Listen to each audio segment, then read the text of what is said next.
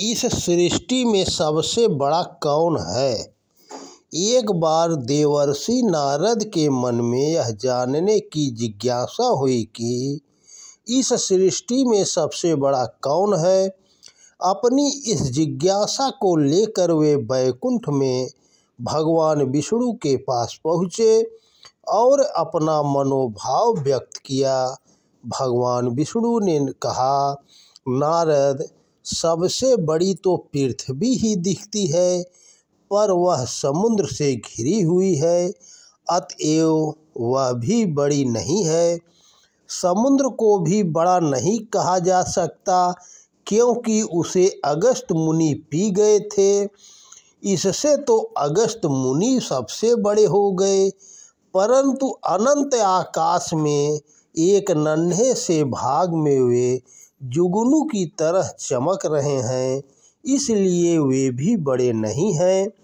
आकाश को यदि बड़ा कहें तो उसे भी मैंने भगवान बामन ने एक पग में नाप लिया था, अतएव वह भी उनके सामने नगण्य है। इस सृष्टि में से मैं श्री विष्णु ही बड़ा हुआ, तथापि मैं भी सबसे बड़ा नहीं हूँ, क्योंकि तुम्हारे हृदय के अंगुष्ठ मात्र स्थल में मैं सदा स्थित रहता हूँ, इसलिए तुम ही सबसे बड़े हुए। वस्तुतः भक्त के हृदय में भगवान बसते हैं, इसीलिए भक्त ही सबसे महान होता है। तो दोस्तों, आगे छोटी सी कहानी आदि शंकराचार्य जी की है। आदि शंकराचार्य शिष्यों के साथ नर्मदा नदी पर स्नान हेतु जा रहे थे। शिष्य उनके लिए मार्ग से पथिकों को हटाते जा रहे थे। इसी मध्य एक पथिक वहां से गुजरा। शिष्यों ने उसे मार्ग छोड़ देने हेतु कहा। शिष्यों के बार बार आग्रह के बावजूद पथिक रास्ते से नहीं हटा। इतने में आदि शंकराचार्य भी वहां आ गए।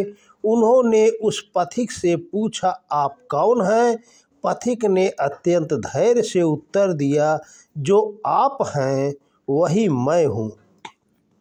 पथिक के इस कथन को सुनकर शंकराचार्य कुछ क्षण शांत खड़े रहे और फिर झुककर पथिक के चरणों को स्पर्श कर लिया। उन्होंने कहा, आज आपने मुझे जीवन का सच्चा ज्ञान दे दिया है। मैं आपको अपना गुरु स्वीकार करता हूँ।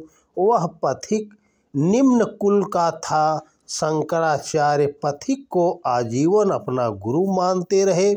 उन्होंने पथिक के कथन की दार्शनिक व्याख्या की, जिससे अद्वैत दर्शन का निर्माण हुआ। तो दोस्तों, नमस्कार, जय हिंद, जय भारत।